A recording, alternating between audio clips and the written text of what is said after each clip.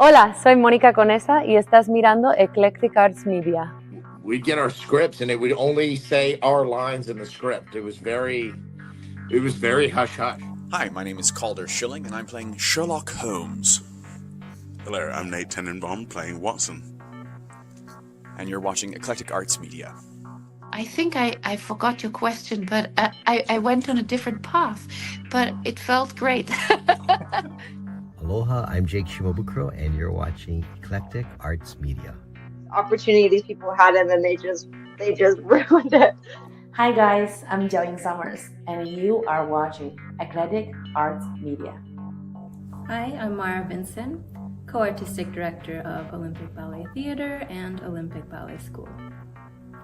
Hi, I'm Oleg Garbulov. I'm co-artistic director of Olympic Ballet Theater and Olympic Ballet School. And you're watching Eclectic Arts Media. That's not true. People tell me no all the time. I just don't believe them. Hey, I'm Jennifer Page, and you're watching Eclectic Arts Media. Then when I'm doing the preparation for Shoresy, I just try to remind myself, this is fun. Make sure you're having fun. You don't have to, destroy people in every scene. If you got on my YouTube algorithm, man, it's all just life coaches and philosophy, and I mean, not all of it is, some of it's street fights and football, but Alex, get off the phone. 2 times where I'm like, I'm gonna do it, and then I don't do it. And I actually now have a backlog of content, a full calendar of people I'm shooting with over the next few months, and I'm going to be relaunching this month. Are you familiar with Naked and Afraid? I was literally just watching, and I'm like, how are there only 4 episodes of this? I was watching the Naked and Afraid XL Frozen, and love that stuff. Love it. Yeah, big fan. Big fan. Because, there's no reason for any of those people to put themselves and their bodies through that irreversible damage. And one of the perks of coming out here is that you can't hear any of the background noises of the rest of the ranch either. We don't get, the announcements out here. You're not going to hear what other people are doing. But you also have a nice his and her sink out here. And I can't find the light. I've only worked here for 5 years, and I can't find the light switches. I can just do the interview like that. Problem solved, maybe? I don't know. Good afternoon, good evening, good morning, wherever you are in the world. I'm Mark Sugiyama from Eclectic Arts Media, based here in Seattle, Washington. And thank you so much for joining me on this Sunday, the 23rd of March, 2025. And I would like to thank quite a few guests that I've had. When I do any of the music promotional interviews, I have to not do all this extra housekeeping because I only have a limited amount of time with my guests. So I didn't mention some of these people. I want to thank Eva Tavares for joining me. That was about a week and a half ago. And Eva's amazing. We met in person here in 2018 when she was on tour with the Phantom of the Opera, the North American tour. And she's now moved into being a filmmaker. And she was just on an episode of the... oh God, I watched it. It's on NBC Peacock. It's the something, I forget, but she had a character that she was playing on there. So that was cool to see her on TV. I also want to thank Liv Christine, who's now into my video intro. It was amazing getting to talk to somebody who's one particular album that I was such a huge, huge fan of back in 1998. And she's still going strong now with her new solo album coming out next month. And so just talking to her and finding out what a gracious, intelligent, fun lady she was. So just being able to just kind of put down on my resume, I've interviewed Liv Christine from Theater of Tragedy, Leaves Eyes, and her solo career. So that was awesome. And then Drez Ryan, can't forget Drez. He started a brand new recurring series. So once a month we will be getting together. And that was on Tuesday, I want to say, of this week. And this is a great segue. Coming up, we already have another episode that we're going to do with Drez, but I'm kind of, if there's special topics and something came up during his first episode on Tuesday, it sparked an idea to do a special topic live stream where we're only going to geek out about this. And he turns out was a professional wrestling fan during the WWF Attitude Era into the early 2000s. And I was a fan in the early 2000s, went to a lot of live events. So this Tuesday at 5 p.m. Pacific, we're going to talk wrestling. And I can tell you don't want to miss this because there is a surprise coming during that episode. Even he doesn't know it. So that will be fun on Tuesday. And I also want to thank Joshua, who is my first PayPal or Venmo or other means donator this year. So thankfully I got something, because every dollar helps me, because this costs me money. And as many people know, I've been without a day job for a while, and it looks like that's going to change probably within the next week. But yeah, it's just so nice for him to support what I'm doing. And again, if you'd like to help support what I'm doing, there's a PayPal, me, and a Venmo link in every YouTube description of the live streams. I'm trying to get that into some of my other descriptions, but that's only if you're in a position to do so. If you're like me and you're strapped for cash, then how you can help me is by going to my YouTube channel, if you're joining us right now, and hit that subscribe button. I just went past 3,000 subscribers last week, or no, that was earlier this week. That was on Tuesday. And so that, for me, that might be small potatoes to somebody else, but for me, that's a huge deal that I finally got to 3,000 subscribers. So again, every subscriber helps. If you want to know what I have coming up distinctly, then you can hit that notification bell and you'll get an email. If you're on the Twitch side of things, if you can follow me over there, I'm coming up on my 5-year anniversary, and May of this year will be 5 years, which is pretty crazy to think that I've been doing this virtual work since then. I think I've kind of come a long way. If you watch the early ones from 2020, it's like, oh my God, these are terrible. And if you want to know distinctly what I have going on for anything Eclectic Arts Media, please follow me as Eclectic Arts Media, one word, on Instagram. That's where I post everything first, and then some of that information migrates over to other social media platforms. And I know this is a long housekeeping segment. I want to say locally, if you're here in the greater Seattle area, I went to 3 live events in the last 2 days. And so I want to definitely give a shout out to As If Theater in Kenmore. They have a great comedy/drama called Ripcord. I have to write my review actually later today about it. I saw that on Friday. It was a lot of fun and really, really talented cast. And then yesterday, I went to Juanita High School, which I'd never been to before, to see what their high school drama department was doing. So didn't really have any expectations and was pretty much blown away by the musical talent that they had there. These young, sophomore, junior, seniors, probably some freshmen too. And their particular musical is still playing next weekend. I think that's when it closes. And it was like, it's like $10 if you're a student. I think it's $5 or something like that. And it was about maybe 85 minutes long, no intermission. And it is a musical, it has some really great songs in it. But yeah, just the acting and the staging and everything, the theater that they have there on the campus is beautiful. They definitely have some money in that district. So I'll definitely be coming back next year when they have another production. But again, if you haven't seen it, you can check it out. And it's about Alice in Wonderland. That's what I can tell you. And then last night, I was at Taproot Theater, a theater I know very well. And they're doing A Raisin in the Sun. And that cast had to be some of the best acting I've seen in a long time. And I've seen a lot of great acting around here locally, but boy, they just brought it to another level. So you can't go wrong with that. And that'll be playing for roughly a month out in the Greenwood area here locally. So again, if you want to see some great live theater or musical, you can go to a high school, you can go to community theater, you can go to professional theater, touring stuff. There's a lot of stuff here in Seattle. And if you have any questions, you can always just DM me and I'll be happy to send you in a certain direction. But hey, check these out. And if you go by yourself, sometimes I do. That's not an issue because once the show starts, who cares? I mean, you're not talking, you're not doing anything. So it's not like maybe a concert, or even a concert's fine. Sporting events a little different. But anyway, I am very excited about this interview because as I was talking with my guest pre-show, it's been over a year since the last time we spoke. So without further ado, my guest today has always been one of my favorites to interview. We first connected back on June 8th, 2022. We then had a follow-up interview on August 9th, 2022.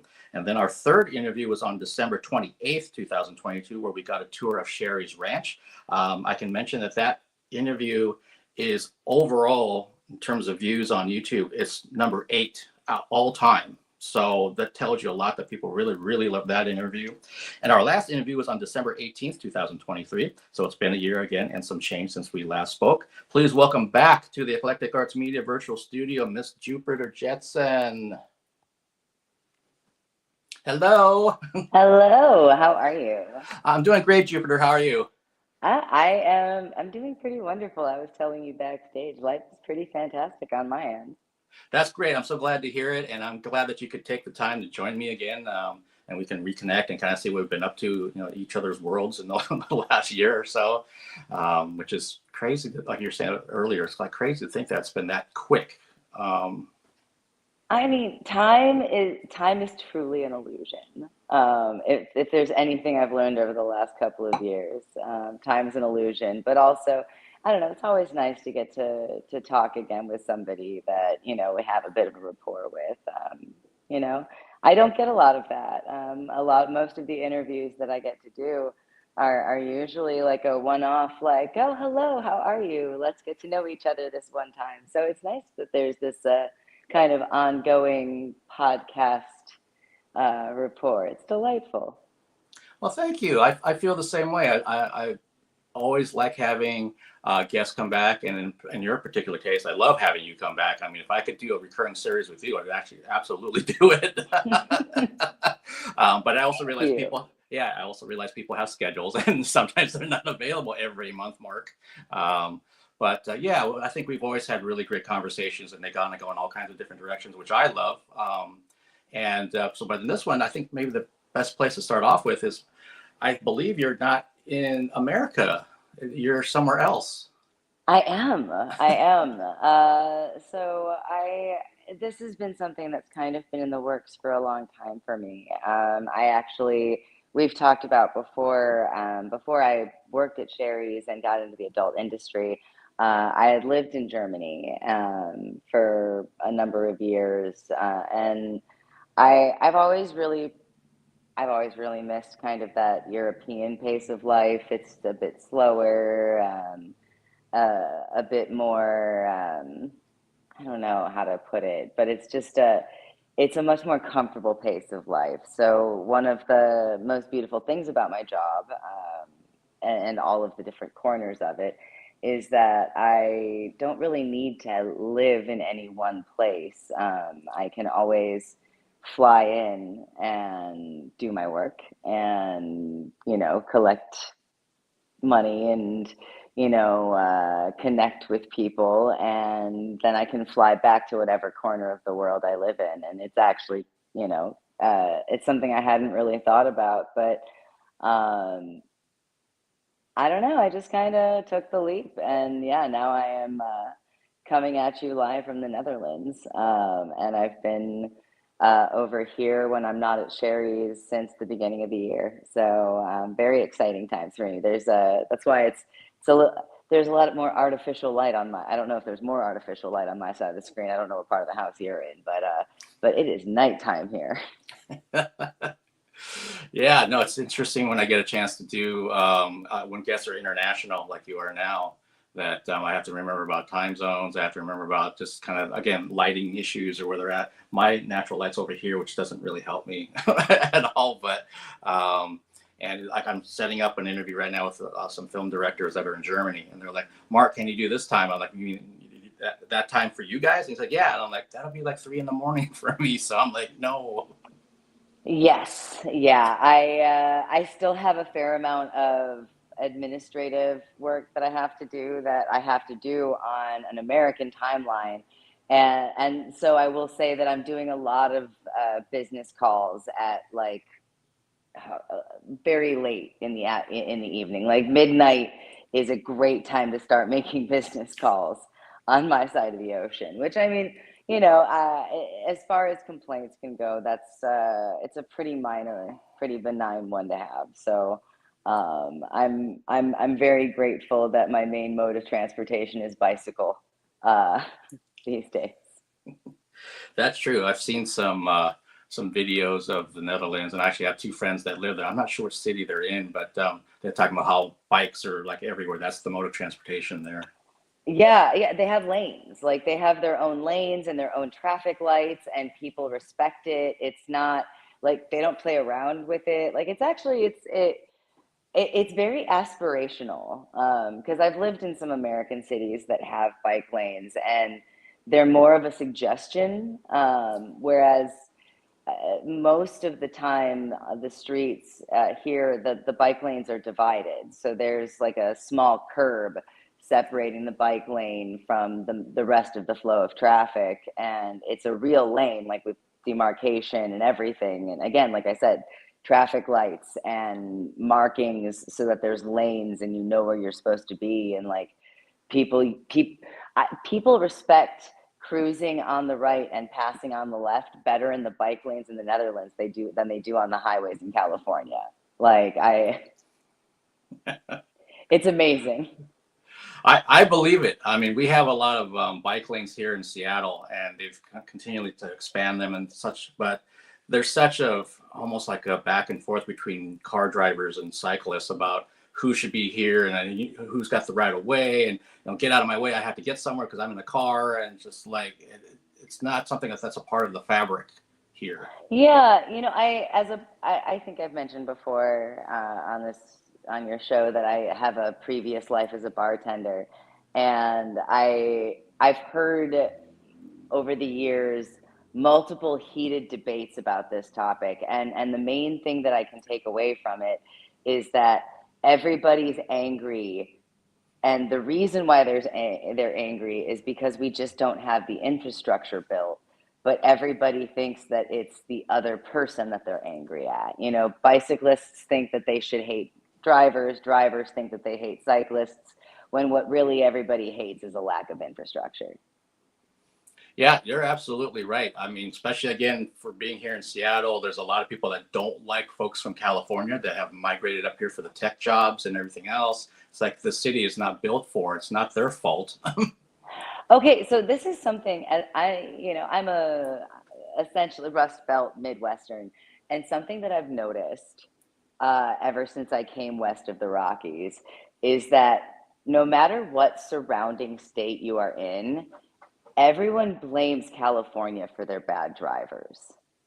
Like everyone, like I've never seen a block of this country so united on an issue as all of the surrounding Western states are on how much they hate California drivers. That's interesting that you've seen that in all the Western states. All of them, yes. I mean, I've spent time in Oregon, passing through Washington, but still, going through Utah, lived in Colorado for a bit. All of them. Everybody blames California. And I don't know if that could possibly be true. I mean, there's crazy drivers in California, but like not any worse than in Washington or Oregon. Like, I don't know. I feel like California drivers get a bad rap, but I think it's hilarious how united the Western states are against California drivers. Yeah, and again, I go back to I want to say even like high school, so like in the late '80s, even back then, it was kind of almost like drilled into you that you're not supposed to like California people that come up here. It's like, well, I don't know people from California, so I don't have anything against them. No matter where you go, it must be a weird human instinct, because everyone everywhere in Cleveland, it's hate the New Yorkers who have settled here because it's cheaper, and it doesn't matter where you go. Everybody's going to hate the new kid. Yeah, no, you're right. There's something about just the human condition that seems predisposed to finding somebody or something that you're going to have an issue with. It's crazy. Well, I listened to, and I don't remember what the source of this was. So I'm going to report this as purely anecdotal because I can't cite my source. But I listened to something years ago that always stuck with me that was about how the origin of things like flags and symbols and like emblems, sigils, things like that, is because on a very basic level, humans can only remember roughly 150 unique names, faces, personalities. After that, we start having to sort people into groups, the in group and the out group.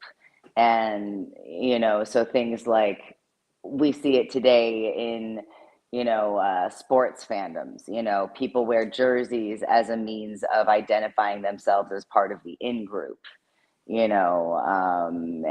Harry Potter fans with their Deathly Hallows tattoos, all of that goes back to that, basic human issue of we don't have enough hard drive space to keep track of more than a very small number of people, but we need more than that to feel safe in community.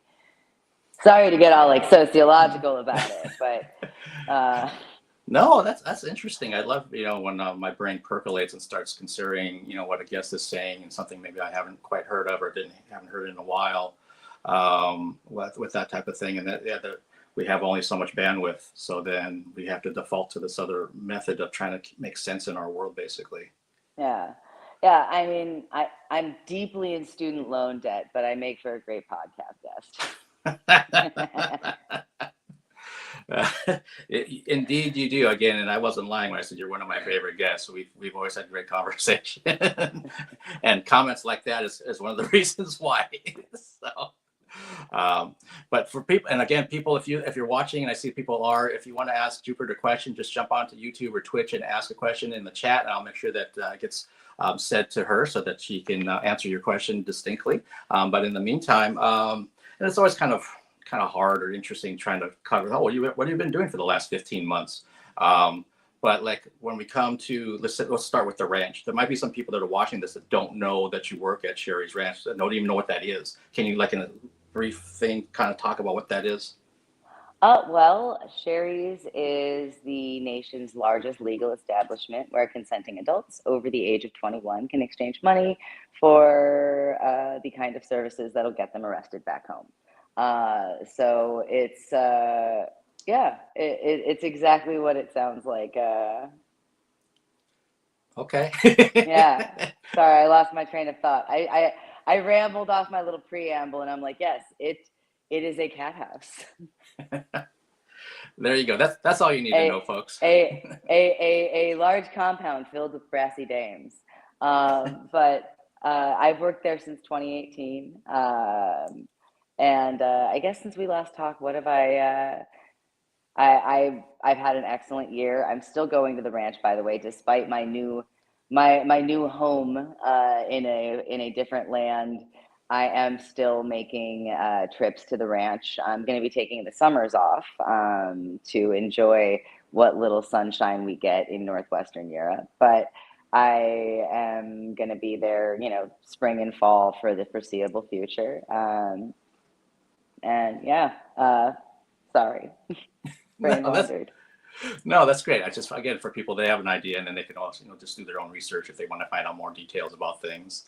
And I think that's one thing that when we've definitely talked about this, about the schedule that you keep, that you have so much freedom to kind of do. And you mentioned that I can go work at the ranch for 2 weeks, and then I'll see you in a month. I'm just doing my own thing over here. I go to Japan, I go somewhere else, and you're not locked down to the typical 8 to 5, Monday through Friday type of thing. It's like, oh my gosh, what am I going to do? I can't get away from this. It's like, no, you have the opposite. You can kind of dictate what you're doing.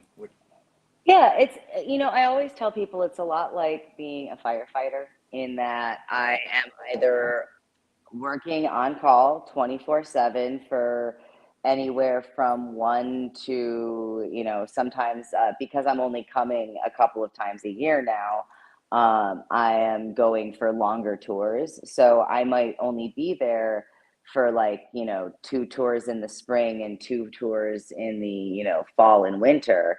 But those tours might be 4 weeks each, and for those 4 weeks, I'm at the ranch 24/7. But then when I'm not there, I am kind of doing my own thing, which, I mean, because I'm chronically, I chronically overschedule myself.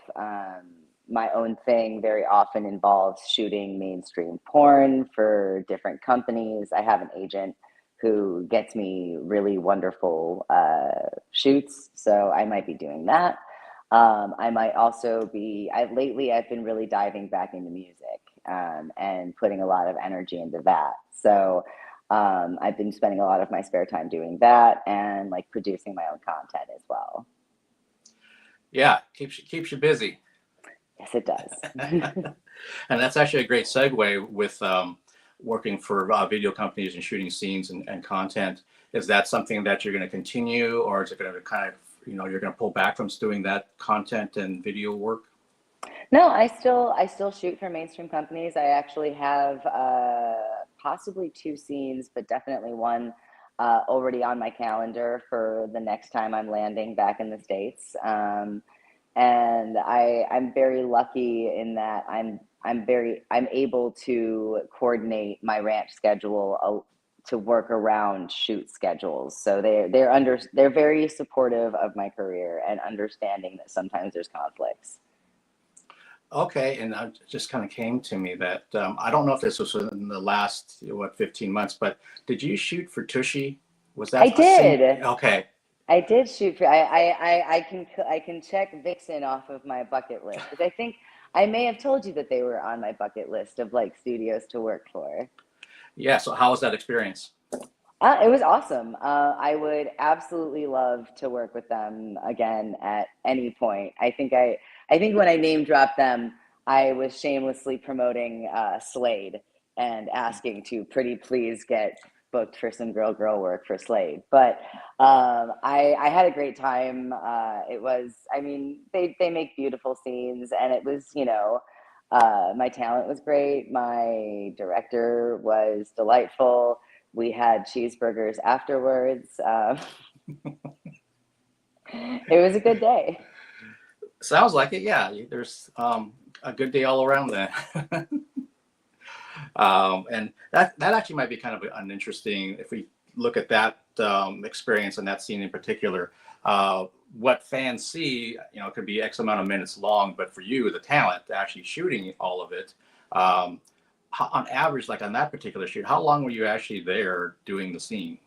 I mean, so the average shoot is, I don't know what people imagine, but there's so much that goes into making a scene other than just camera and sex. It very much so is, first you arrive and you get your hair and makeup done. Then the director goes over wardrobe and picks out what they want you, you agree together, mind you, but you defer to the director because they have the vision. And then you take your pretty girl pictures, and then you can start setting up for sex stills, which is pictures of actual hardcore action. And then you can start, then you do like the entry, like filming, whether it's got any dialogue, or with Tushy Raw, it's just like sexy video and like kind of dancing and like looking really cute. And then you can start having sex. So like all of that pre-work is probably a good like 2 to 3 hours of stuff on its own. And then probably about an hour of the actual sex, maybe an hour and a half. And then it's shower time and cheeseburgers. Okay, so it's a day-long process. Yeah, it's basically a whole day. Yeah, like you end up, generally speaking, especially with like lighting changes, and like no matter how prepared your crew is, it's just a fact of technology that there's going to be a battery change at some point. Like no matter what you do, like it all adds up to usually being like a very quick shoot is like 4 hours, but something that's paying a lot of attention to detail, something that is, maybe not being done in a shoot house where everything is already set up for shooting, but is done in a hotel or a rental house, that's going to take more setup. Like you can sometimes be looking at 8 hours on set.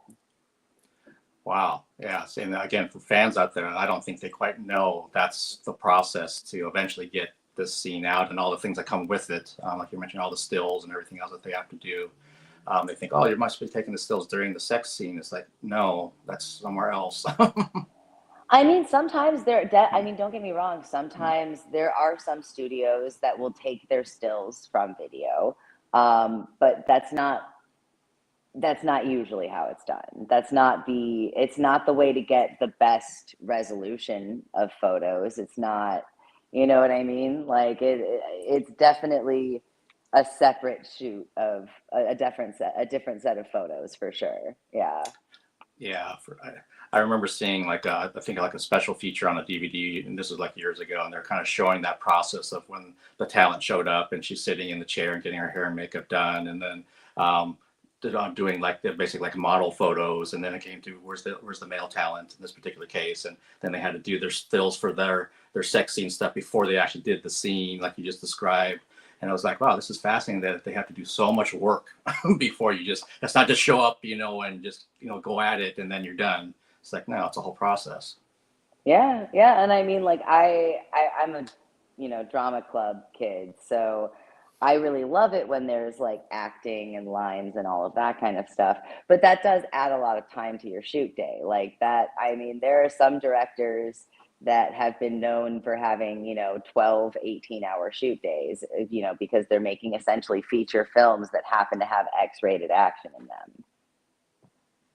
Yeah, I've had the pleasure of talking to some other guests that are in the adult field, and they talked about some of them, especially if they're maybe newer to the industry, they didn't realize, like, if you're doing a feature, which I always wanted to shoot a feature. It's like, hopefully you're ready for it, because it could be a long, long process. But they're so happy with the result, of course. But doing the work, you're going to be tired. I've never done like a main actress role in a feature, but I've been a supporting actress in 2 features now. And both of them were amazing, wonderful experiences. Like 10 out of 10, please, yes, thank you, more. But also 12 hours, 12 hours on set. And it's probably like one of my, like the one that has like the most reach of any movie I've done, because it made it to like Showtime and Paramount Plus and, all of these different, platforms and all of that. But it was a super hot scene, don't get me wrong. But my part of the acting, like I was there for all of it. Like my character was written for being there. Like I'm standing and I'm saying hello, but I'm just present. I actually only have 2 words in the entire dialogue. Maybe 3. I think I had one full sentence, and like, hello and you're hot. And that was it. Like that. But I mean, again, I was there and I spoke a lot with my eyes, but, and I was there for like 12 hours. And again, I'm so grateful for it. It was amazing experience. Like I ended up like on like the cover of like the picture that they use for Paramount Plus, which is like, ooh, but like 12 hours with 3 lines. It's a marathon. It's not a sprint. Yeah, it sure sounds like it. And like you said, you got a lot of publicity basically from being in that film and the places that it went to, the streaming services. And I know one of the gals that I interviewed, she was like, Mark, I don't have 16 hours in me anymore. I just don't. So I had to kind of really be picky about what I picked to do, because I just know my body. I can't do this anymore like I could when, like 5-6 years ago. Well, and I think in a lot of ways that's a perfect summary of kind of the 2 factions of the industry, creator produced content versus mainstream studio produced content. And really, I feel like, a lot of creators are finding that, you might get a lot of artistic reward with doing, and, advertising reward for doing, mainstream platform work. But there can be a lot, shoot days can be shorter and easier and come with more financial stability doing self-produced content. So, I mean, there is a real shift in the industry because of that.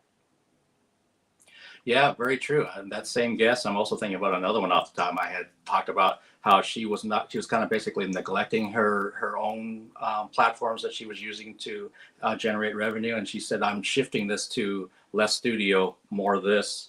And it was just that kind of time in her life too, that it just seemed to be, it worked out better for her. Well, and I mean, that is a natural progression in this industry, especially because any artist, whether you're a musician, a filmmaker, an X-rated creator, no matter what it is you're doing, everybody knows that it's advantageous to own your own library, to own your collection of content. And when you are working for mainstream studios, that's just not the way that works. And a lot of people are unaware that porn performers do not receive royalties in the same way that mainstream actors do, but we don't. We are paid a one-time fee for our performance in the film. And I mean, there are some studios that offer things, you know, like affiliate links, like when people sign up and they use our link, we might get, you know, an amount from that. But in general, we don't have royalties in the same way that, you know, non-triple X actors do. So yeah, it is very advantageous to invest in, you know, learning how to produce and post and manage your own collections. Yeah, and as yourself and anybody else out there knows, it's its own job. It's a lot of work to keep that thing going and keep it fresh and keep people engaged. It's not, you can't be like willy-nilly, I'm going to do this and then kind of forget about it for a while. It doesn't work that way. No, it doesn't. And, you know, there is a bit of I was just talking about this with a friend of mine. I feel as though the market is going to hopefully see a bit of a correction at some point soon, because I feel like there is a bit, and I've heard this from so many other models, so I know it's not just me, because there is such a pervasive culture of having chatters, having management teams, and fans expecting 24-hour engagement. There is an unrealistic expectation of engagement with these pages as well. So it's a full-time plus job if you're doing it by yourself and you're maintaining it to the expectation that's been set by an industry that usually has these pages being run by teams. So it's actually something that I've been grappling with personally, because I do prefer, I really like the artistic outlet of making my own content, but I don't like the creative burnout that comes from maintaining a subscription-based page 24 hours a day. You know, it is I don't know what the word I'm looking for to describe the rock and a hard place it puts you in, but I someday hope to be able to just post my catalog and let people give me money. Well, hopefully that happens for you. Someday, I don't know. In the meantime, I have a very slow response time, but you can be sure that I would never let a team mismanage my page this badly. You're talking to the real me on OnlyFans, you know, because it takes me 3 days to respond.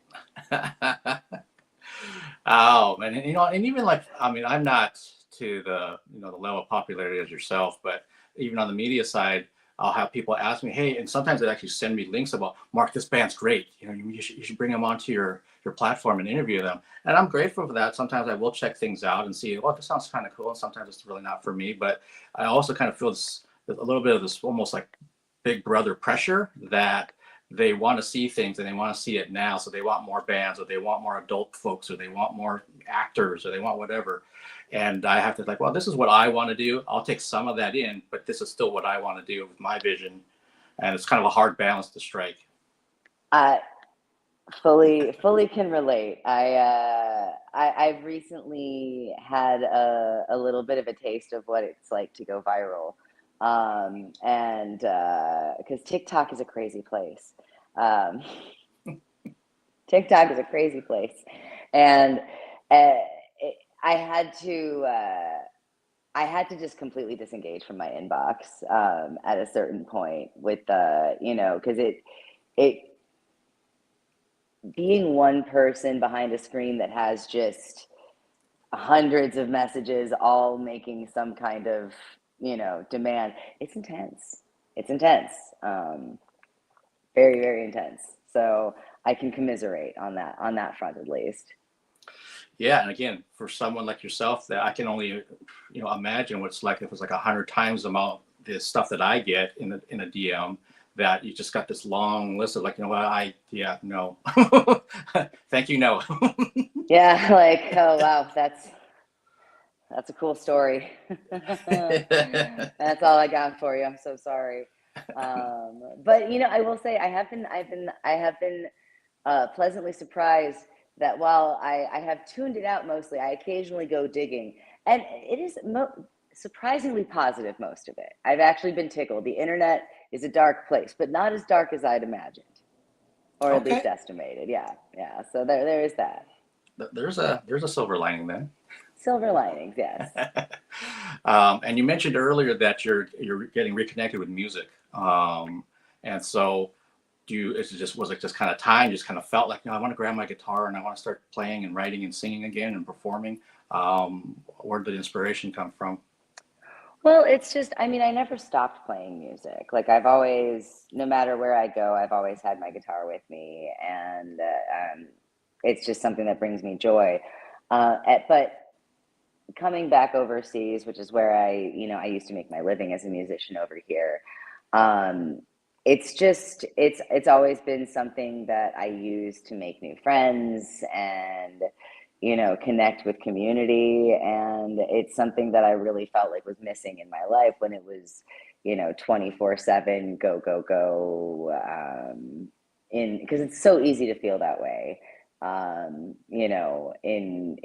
like living in Vegas, where I could say yes to every last minute work opportunity and, all of that. I didn't have to actually schedule my life. So I was, didn't really it was a personal choice, but I didn't make a lot of time for music in my life in terms of like going out in the community with it. So I guess the answer, yeah, something along the lines of it was just kind of time for me to get back into it. And I've been writing throughout the years and not playing it anywhere. So yeah, I just kind of wanted to get back out there. So I've been, going back out to shows and, taking basically every opportunity to go out and meet other musicians. I'm kind of trying to maybe get a project together because I do have, I have a lot of fun on stage. I mean, whether it's, taking my clothes off or, playing music, which is 10 times more vulnerable. I really do enjoy performing for people. So I'm excited to do more of it in the next couple of years. Okay, that's great. I maybe at some point I'll kind of get inspired to grab my guitar that's sitting over there and start getting the dust off of it and everything. Well, it's, the thing is, and this was such a shock for me when I came after, like, because I didn't start playing music as like a street musician, coffee shop musician, if you will, until I came overseas. So I really wasn't familiar with what the American culture was like in regards to musicians until after I'd already spent 5 years as a working musician over in Germany. And so coming back to the States and realizing that busking is illegal everywhere.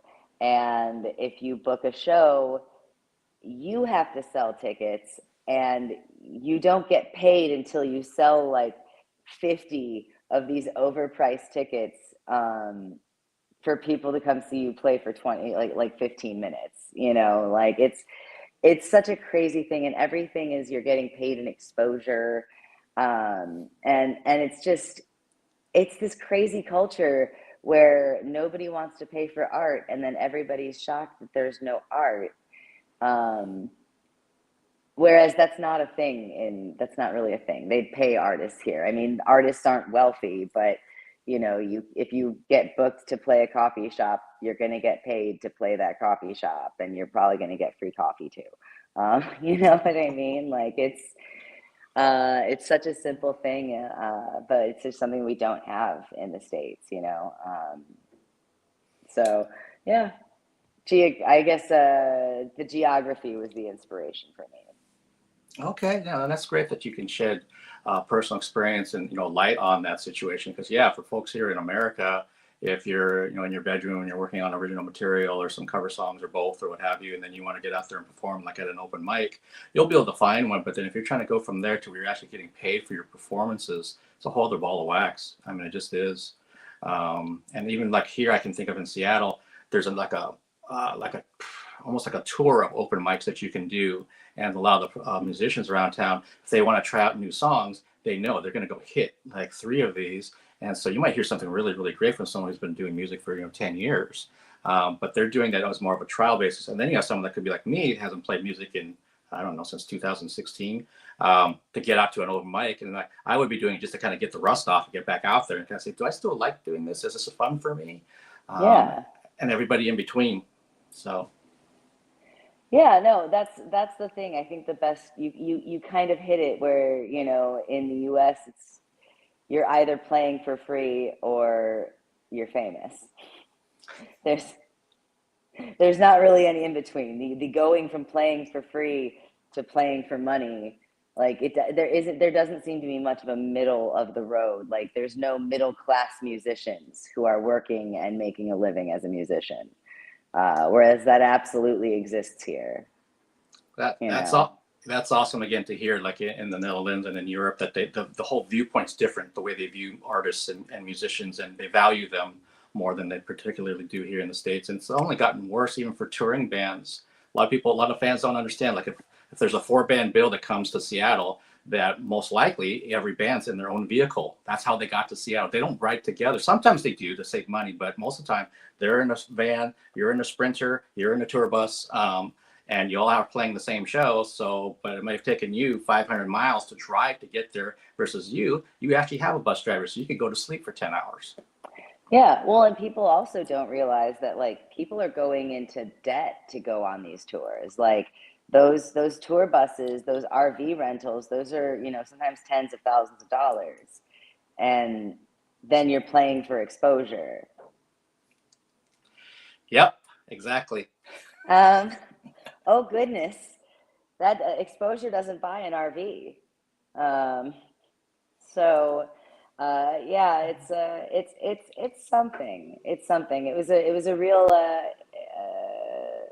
ice water bath when I came back to the States and discovered that. I mean, don't get me wrong. I'm very happy with the alternative creative career that I managed to find in its place. But I think I mentioned once before on your show that I would love to find a way to make the worlds meet. I'm not entirely sure what that looks like right now, but I'm figuring it out, and hopefully coming to a strip club near you soon.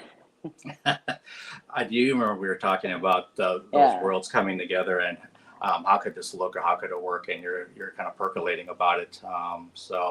And I love that with any guest when they have their hands in different worlds. It's like, well, and people have said that to me. It's like, Mark, why don't you make a music video? You're a musician, you're a photographer, you're a videographer, you do all these things. Why don't you do it? I'm like, yeah, you have a point. I just haven't really thought about it too much.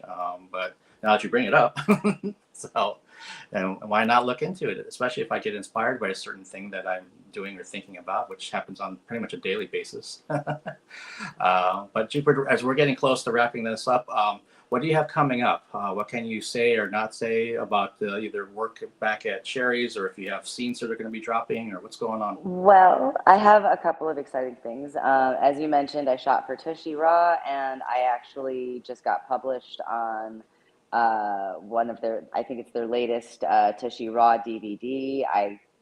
You'll have to go to my Twitter or my Instagram to get the exact volume because I don't know that off the top of my head, but I also have a new DVD out from New Sensations, which is it's a threesome kind of cuckolding compilation, which is really exciting. I always love it when New Sensations puts me on anything. They're one of my favorite companies. I have a couple of really big projects that I kind of clued you in on that I'm really excited to talk to you about in 6 or so months, maybe a bit longer, maybe a bit less, but you'll be getting a poke when that happens. But in the meantime, I have my next tour coming up at Sherry's. I'm going to be there from April 20th until May 14th. And then after that, I'm taking the summer off and just diving deep into being a traveling musician, hopefully. That's awesome. And absolutely poke me anytime when you have a project and that's coming up and you want to talk about it and get the word out. Again, I love having you here and having conversations. And I know people clearly like watching things, because even with the other interviews, which I didn't mention, they're like in the top 20 all time for views. So it's not just number 8 for the one that we did at the Ratch when you brought your phone around to give us a tour. The other ones are up there too. So I love to hear it. No, I think I've told you before, I've had the distinct pleasure of coming across some of your fans in the wild, and very delightful humans. You attract people of taste. That's good to hear because I never quite know what's going to happen. But or Only good things. That's good. Or like when people meet me in real life, it's like, do I come across the way that you thought I was going to be? And maybe I'm quieter than you thought, or I don't know, taller or shorter or whatever. But no, apparently I give really tall energy. That is the one thing that I keep hearing consistently at conventions is people expect me to be taller, which I am perfectly average height. I'm 5'4". Like, I'm not super short, I'm not super tall, but apparently I give off like big, like 5'7" energy. I don't know. Well, that's interesting. I have no idea what kind of height energy I give off, but I'm 5'5", so there you go, folks. Now you know.